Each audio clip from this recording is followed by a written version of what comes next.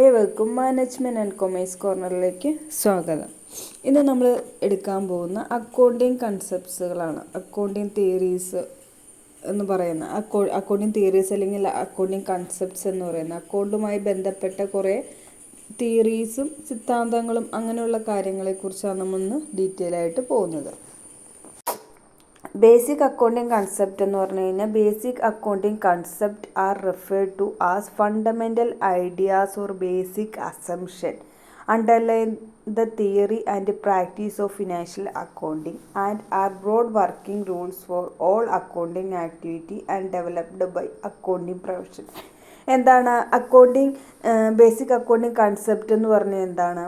Accounting professionals, അതായത് ഈ financial മേഖലയിൽ വിദഗ്ധരായിട്ടുള്ള അക്കൗണ്ടിങ് പ്രൊഫഷണൽസ് ക്രിയേറ്റ് ചെയ്തെടുത്തിട്ടുള്ള കൺസെപ്റ്റ് സിദ്ധാന്തങ്ങൾ അല്ലെങ്കിൽ റൂൾസാണ്. എങ്ങനെയാണ് അത് എക്സിക്യൂട്ട് ചെയ്യേണ്ടത്, എങ്ങനെയാണ് അത് നടപ്പിലാക്കേണ്ടതെന്ന് അവർ നടപ്പിലാക്കാൻ വേണ്ടിയിട്ട്, അതായത് അക്കൗണ്ട് പരമായിട്ടുള്ള കാര്യങ്ങൾ, ഇന്നതാണ് ക്രെഡിറ്റ്, ഇന്നതാണ് ഡെബിറ്റ്, എങ്ങനെ ഡെബിറ്റ് പോകുന്നതിൻ്റെ ബേസിക് എന്താണ്, എന്തുകൊണ്ടാണ് ഡെബിറ്റ് ആവുന്നത്, എന്തുകൊണ്ടാണ് ക്രെഡിറ്റ് ആവുന്നത്, അതിനൊക്കെ ഒരു നിയമമുണ്ട്, നിയമവശങ്ങളുണ്ട്. അത് ആരാണ് ഡെവലപ്പ് ചെയ്തിട്ട്? അക്കൗണ്ടിങ് പ്രൊഫഷണൽസാണ്. അക്കൗണ്ട് മേഖലയിലെ വിദഗ്ധരായുള്ള വ്യക്തികൾ ഡെവലപ്പ് ചെയ്തിട്ടുള്ളതാണ്. എന്തിനു വേണ്ടിയിട്ടാണ്? ആ ഫിനാൻഷ്യൽ കാര്യങ്ങൾ നല്ല രീതിയിൽ മുന്നോട്ട് പോകുന്നതിന് വേണ്ടിയിട്ട്, ഫിനാൻഷ്യൽ അക്കൗണ്ടിങ് ആക്ടിവിറ്റീസ് നല്ല രീതിയിൽ മുന്നോട്ട് പോകുന്നതിന് വേണ്ടിയിട്ടും നല്ല രീതിയിൽ വർക്കിംഗ് പോകുന്നതിന് വേണ്ടിയിട്ട് അക്കൗണ്ടിങ് പ്രൊഫഷണൽസ് ഡെവലപ്പ് ചെയ്തിട്ടുള്ളതാണ് അക്കൗണ്ടിങ് കൺസെപ്റ്റ് എന്ന് പറയുന്നത്. ചുരുക്കി പറഞ്ഞു കഴിഞ്ഞാൽ ഫിനാൻഷ്യൽ അക്കൗണ്ടിങ് നല്ല രീതിയിൽ പ്രാക്ടീസ് ചെയ്യാൻ വേണ്ടിയിട്ട് ഡെവലപ്പ് ചെയ്തിട്ടുള്ള നിയമവശങ്ങളും അടിസ്ഥാനപരമായ കാര്യങ്ങളെക്കുറിച്ചും ഉള്ള ഇതാണ് ബേസിക് അക്കൗണ്ടിങ് കൺസെപ്റ്റ് എന്ന് പറയുന്നത്. ഈ ബേസിക് അക്കൗണ്ടിങ് കൺസെപ്റ്റിൽ വരുന്ന അക്കൗണ്ടിങ് കൺസെപ്റ്റുകൾ ഏതൊക്കെയാണെന്നാണ് ഇനി നമ്മൾ ഡിസ്കസ് ചെയ്യാനായിട്ട് പോകുന്നത്. അതിൽ ഫസ്റ്റ് വണ്ണാണ് business entity concept, second one money measurement concept, third going concern, accounting period concept, cost concept, dual aspect concept. അടുത്തതായിട്ട് വരുന്നത് റവന്യൂ റിക്കഗ്നിഷൻ അല്ലെങ്കിൽ realisation concept, matching concept, full disclosure concept, consistency, conservatism, materiality, objectivity. ഇതെല്ലാമാണ് മെയിനായിട്ട് വരുന്ന basic കൺസെപ്റ്റ്സുകൾ എന്ന് പറയുന്നത്. ഇതിൽ രണ്ടോ മൂന്നെണ്ണം ചിലപ്പോൾ എടുത്ത് ചോദിക്കുന്നതുണ്ട്, റിപ്പീറ്റ് അടിച്ച് ചോദിക്കുന്നതുണ്ട്, അല്ലെങ്കിൽ ഇതിൻ്റെ തിയറി ആയിട്ട് വരുന്നതുണ്ട്. ചിലപ്പോൾ ഒറ്റ കൺസെപ്റ്റ് മാത്രം ചോദിച്ചിട്ട് വൺ വേർഡിന് ചോദിച്ച് കാണാം. അതുപോലെ തന്നെ തിയറീസ്. അപ്പോൾ ഏറ്റവും ഇമ്പോർട്ടൻ്റ് ആയിട്ടുള്ളൊരു ഭാഗമാണ് നമ്മുടെ ഇത്. എക്സാമിന് കൂടുതലായിട്ട് റിപ്പീറ്റ് അടിച്ച് കൺസെപ്റ്റ് ഇല്ലാത്തവ, അതായത് അക്കൗണ്ടിങ് കൺസെപ്റ്റ് അല്ലെങ്കിൽ അക്കൗണ്ടിങ് തിയറീസ് ഇല്ലാത്ത ഒരു ക്വസ്റ്റ്യൻ പേപ്പറും ഒരു വർഷവും ഉണ്ടാവാറില്ല. അപ്പോൾ അത്രയ്ക്കും ഇമ്പോർട്ടൻ്റ് ആയിട്ടുള്ളൊരു പോർഷനാണ് ഇത്. നമുക്ക് ഫുള്ളി ഒറ്റ വീഡിയോയിലേക്ക് ഒതുക്കാൻ പറ്റില്ല. നമുക്ക് സ്പ്ലിറ്റ് ചെയ്ത് 2 വീഡിയോസ് ആയിട്ടായിരിക്കും, അതോ 2 or 3 ആയിട്ടായിരിക്കും നമുക്ക് തീർക്കാനായിട്ട് പറ്റുള്ളൂ. അപ്പോൾ നമുക്ക് ഫസ്റ്റ് വൺ എന്താണെന്ന് എക്സ്പ്ലെയിൻ ചെയ്യാം കേട്ടോ. ഫസ്റ്റ് വണ്ണാണ് ബിസിനസ് എൻറ്റിറ്റി കൺസെപ്റ്റ് എന്ന് പറയുന്നത്. The concept of business entity assumes that business has a distinct and separate entity from its owners. എന്താണ് പറഞ്ഞിരിക്കുന്നത്? ബിസിനസ്സും അതിൻ്റെ ബിസിനസ് ഓണർക്കും രണ്ടുപേർക്കും സെപ്പറേറ്റ് എൻറ്റിറ്റി, രണ്ടുപേർക്കും സെപ്പറേഷൻ ഉണ്ട്. ഈ കൺസെപ്റ്റ് പ്രകാരം ബിസിനസ് വേറെ, ബിസിനസ് ചെയ്യുന്ന വ്യക്തി വേറെ എന്നൊരു സെപ്പറേഷൻ ബിസിനസ് എൻറ്റിറ്റി കൺസെപ്റ്റ് പ്രകാരം ഉണ്ട്. It means that for the purpose of accounting the business and its owners are to be treated as 2 separate entity. Business accounting പർപ്പസിന് വേണ്ടിയിട്ട്, അതായത് ബിസിനസ്സിലെ അക്കൗണ്ടിങ് പർപ്പസിന് വേണ്ടിയിട്ടാണ് ബിസിനസ് വേറെ, ബിസിനസ് ചെയ്യുന്ന ഓണർ വേറെ എന്നൊരു സെപ്പറേറ്റ് അക്കൗണ്ടിന് ട്രീറ്റ് ചെയ്യുന്നത്. എന്തിനു വേണ്ടിയിട്ടാണ്? Keeping this in view when a person bring in some money as a capital into his business.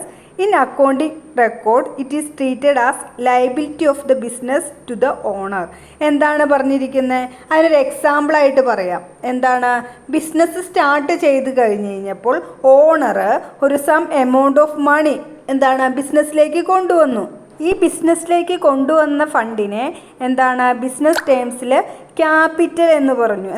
മൂലധനം, ഓണേഴ്സ് ഇറക്കിയിട്ടുള്ള മൂലധനമായിട്ട് നമ്മൾ എന്താണ് ബിസിനസ്സിൽ എൻട്രി ചെയ്യുന്നത് എങ്ങനെയായിരിക്കും? അത് ക്യാപിറ്റലായിട്ടാണ് ട്രീറ്റ് ചെയ്യുന്നത്.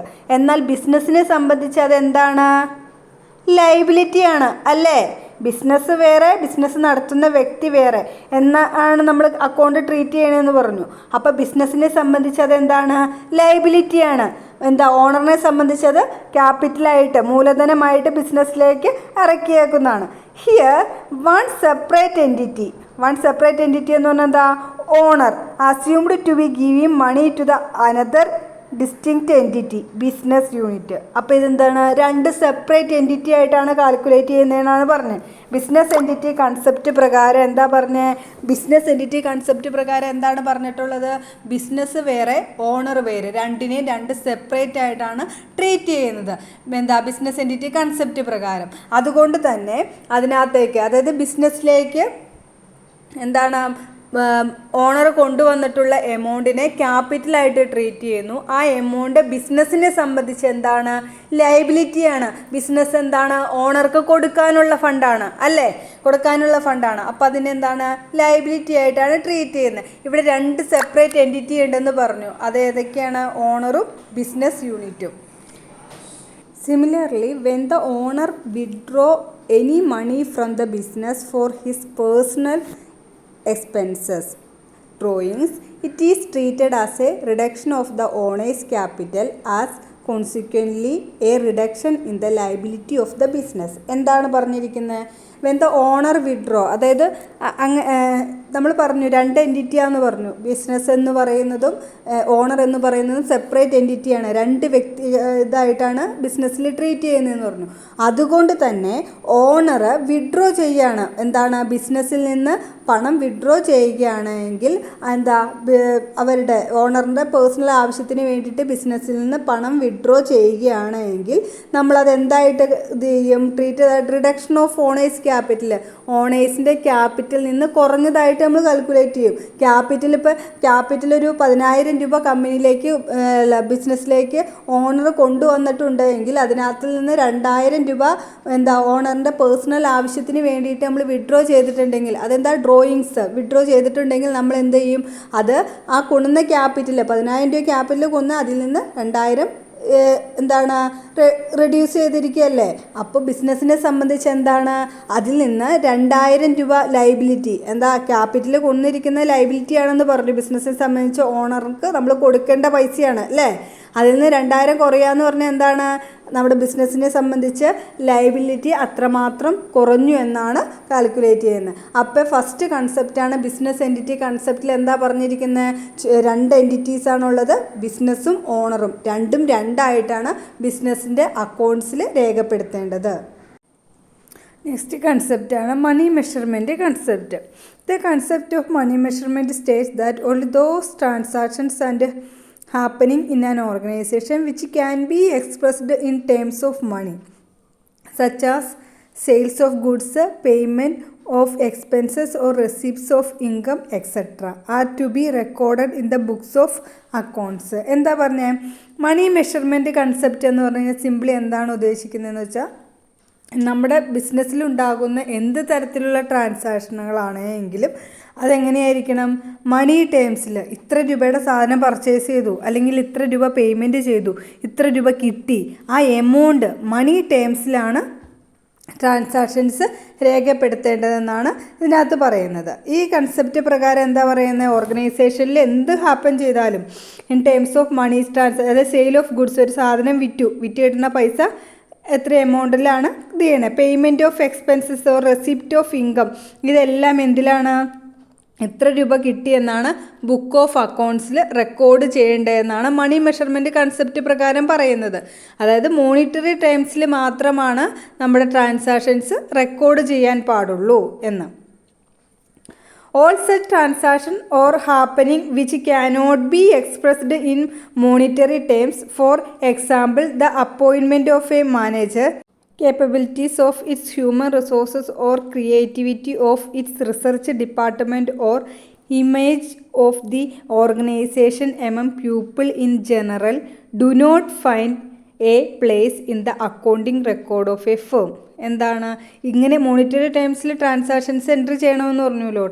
അങ്ങനെ മോണിറ്ററി ടേംസിൽ നമുക്ക് എൻട്രി ചെയ്യാൻ പറ്റില്ലാത്തത് ആയിട്ടുള്ള കാര്യങ്ങളാണ് എന്താണ്, ഒരു മാനേജറിനെ അപ്പോയിൻമെൻറ്റ് ചെയ്തു. അതുപോലെ തന്നെ ഹ്യൂമൻ റിസോഴ്സ് ഡിപ്പാർട്ട്മെൻറ്റും കാര്യങ്ങളും ഉണ്ടാവും ഒരു ഓർഗനൈസേഷനിൽ. അവിടെ സേവനങ്ങൾ, അവർക്കിടെ സ്റ്റാറ്റസ് കാര്യങ്ങൾ, ഇതൊന്നും നമുക്ക് എങ്ങനെയാണ് മോണിറ്ററി ടേംസിൽ അക്കൗണ്ടിൻ്റെ ബുക്ക് ഓഫ് അക്കൗണ്ട്സിൽ നമ്മൾക്ക് രേഖപ്പെടുത്താനായിട്ട് സാധിക്കില്ല. അടുത്ത ഇമ്പോർട്ടൻ്റ് ആയിട്ടുള്ളൊരു കൺസെപ്റ്റാണ് ഗോയിങ് കൺസേൺ കൺസെപ്റ്റ് എന്ന് പറയുന്നത്. Concept of going concern assumes that A business firm would continue to carry out its operations indefinitely, therefore for a fairly long period of time, and would not be liquidated in the foreseeable future. This is an important assumption of accounting, as it provided the very basis for showing the value of assets in the balance sheet. എന്താണ് going concern concept പ്രകാരം പറയുന്നത്? Going concern concept പ്രകാരം എന്താണ് assume ചെയ്യുന്നത്? Business എന്ന് പറയുന്നത് continue ചെയ്തുകൊണ്ടിരിക്കുകയാണ്. It's operation indefinite, അതായത് ലോങ് പീരീഡ് ഓഫ് ടൈമിലേക്ക് നല്ല രീതിയിൽ മുന്നോട്ട് പോകും എന്നതാണ് ഗോയിങ് കൺസേൺ കൺസെപ്റ്റ് പ്രകാരം. ബിസിനസ് എന്ന് പറയുന്നത് എന്താണ്, ഫ്യൂച്ചറിൽ എൻഡ് ചെയ്യാനുള്ളതല്ല, ഫ്യൂച്ചറിൽ ലിക്വിഡേറ്റ് ചെയ്യുന്നില്ല, ഫ്യൂച്ചറിൽ നിർത്തിപ്പോകുന്നില്ല, അത് ഫ്യൂച്ചറിലേക്ക് മുന്നോട്ട് പോകുന്നുണ്ട് എന്നൊരു കൺസെപ്റ്റോടുകൂടിയാണ് മുന്നോട്ട് പോകുന്നത് ഏതൊരു ബിസിനസ് എന്ന് പറയുന്നത്. Is an important assumption of accounting, as is provided a very basis for showing the value of asset in the balance sheet. അതുകൊണ്ട് തന്നെ എന്താണ്, ബാലൻസ് ഷീറ്റിൽ പ്രൊവൈഡ് ചെയ്യുന്ന അസറ്റ്സ് കാര്യങ്ങളെല്ലാം എന്ന് പറയുന്നത് എങ്ങനെയാണ്, മുന്നോട്ട് പോവുകയാണ്, ലോങ് പീരീഡിലേക്ക് റൺ ചെയ്യുക എന്ന ഉദ്ദേശത്തോടു കൂടിയാണ് നമ്മൾ ബിസിനസ്സിനെ സംബന്ധിച്ച് എന്ത് കാര്യമാണെങ്കിലും വാങ്ങിക്കുകയും ബാലൻസ് ഷീറ്റ് പ്രിപ്പയർ ചെയ്യുകയും കാര്യങ്ങൾ ചെയ്യുന്നത് എന്താണ്, മുന്നോട്ട് പോകാൻ, ആ പൊസിഷൻ അറിഞ്ഞുകൊണ്ട് മുന്നോട്ട് പോവുക എന്ന ഉദ്ദേശത്തോടു കൂടിയാണ്. അപ്പോൾ ഗോയിങ് കൺസേൺ കൺസെപ്റ്റ് പ്രകാരം പറയുന്നത് എന്താണ്, ഫേം മുന്നോട്ട് പോവുകയാണ്, ഫ്യൂച്ചർ ഡേറ്റിൽ ഒരു തരത്തിലുള്ളൊരു ലിക്വിഡേഷനും അവിടെ നടക്കുന്നില്ല എന്നൊരു എക്സ്പെക്റ്റേഷനിലാണ് ഗോയിങ് കൺസേൺ കൺസെപ്റ്റ് പ്രകാരം ബിസിനസ് റൺ ചെയ്യുന്നതെന്നാണ് ഈ കൺസെപ്റ്റ് പ്രകാരം പറയുന്നത്. എക്സാമ്പിളായിട്ട് പറയുന്ന നോക്കാം. An asset may be defined as a bundle of services. When we purchase an asset, for example, personal computer for a sum of rupees 50,000, what we are buying really is your services of computer that we shall be getting over its estimated lifespan, say 5 years. It will not be fair to charge the whole amount of rupees 50,000 from the revenue of the year in which the asset is purchased. Instead, that part of the asset which has been consumed or used during a period should be charged from the revenue of that period. എന്താ പറഞ്ഞിരിക്കുന്നത്? Asset എന്താ പറഞ്ഞേ? നമ്മൾ പറഞ്ഞു going concern concept പ്രകാരം പോകുന്ന എന്താ, business മുന്നോട്ട് പോവുകയാണ്, എവിടെ നിർത്തിപ്പോകുന്ന ഒരു കണ്ടീഷൻ വരുന്നില്ല എന്നൊരു എക്സ്പെക്റ്റേഷനോടുകൂടി മാത്രമാണ് അക്കൗണ്ടിനെ ട്രീറ്റ് ചെയ്യുന്നത്. അതിന് എക്സാമ്പിളായിട്ട് പറയുന്നതാണ്, നമ്മുടെ സ്ഥാപനത്തിലേക്ക് ഒരു കമ്പ്യൂട്ടർ വാങ്ങിച്ചു. സ്ഥാപനത്തിലേക്ക് നമ്മളൊരു കമ്പ്യൂട്ടർ 50,000 രൂപയുടെ വിലയുള്ള കമ്പ്യൂട്ടർ നമുക്ക് നമ്മുടെ സ്ഥാപനത്തിലേക്ക് വാങ്ങിക്കുകയും അതിൻ്റെ സ്പാൻ ഓഫ് ലൈഫ് എന്ന് പറയുന്നത് 5 ഇയർ ഗ്യാരണ്ടിയാണ് അവർ പ്രൊവൈഡ് ചെയ്യുന്നത്.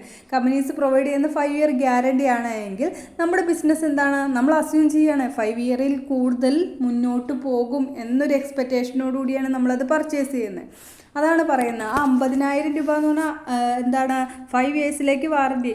അപ്പോൾ നമ്മൾ നിർത്തി പോവുകയാണെങ്കിൽ 50,000 കുറച്ചായിട്ട് നമുക്ക് ഒരു സാധനം പർച്ചേസ് ചെയ്യാനായിട്ട് സാധിക്കുമോ? ഇല്ല.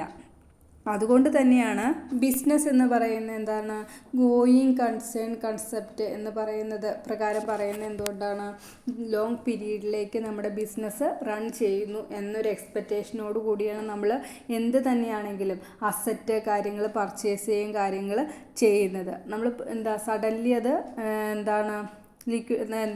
നിർത്തിപ്പോകും അല്ലെങ്കിൽ സ്റ്റോപ്പ് ചെയ്ത് പോകും എന്നൊരു എക്സ്പെക്റ്റേഷനിലല്ല. അപ്പോൾ ഗോയിങ് കൺസേൺ കൺസെപ്റ്റ് പ്രകാരം അക്കൗണ്ട്സും കാര്യങ്ങളും ട്രീറ്റ് ചെയ്യുന്നത് എങ്ങനെയാണ്, ലോങ് പീരീഡിലേക്ക് നമ്മുടെ ബിസിനസ് മുന്നോട്ട് പോകും എന്നൊരു എക്സ്പെക്റ്റേഷനോടുകൂടിയാണ്. അതാണ് ഗോയിങ് കൺസേൺ കൺസെപ്റ്റ് പ്രകാരം പറയുന്നത്.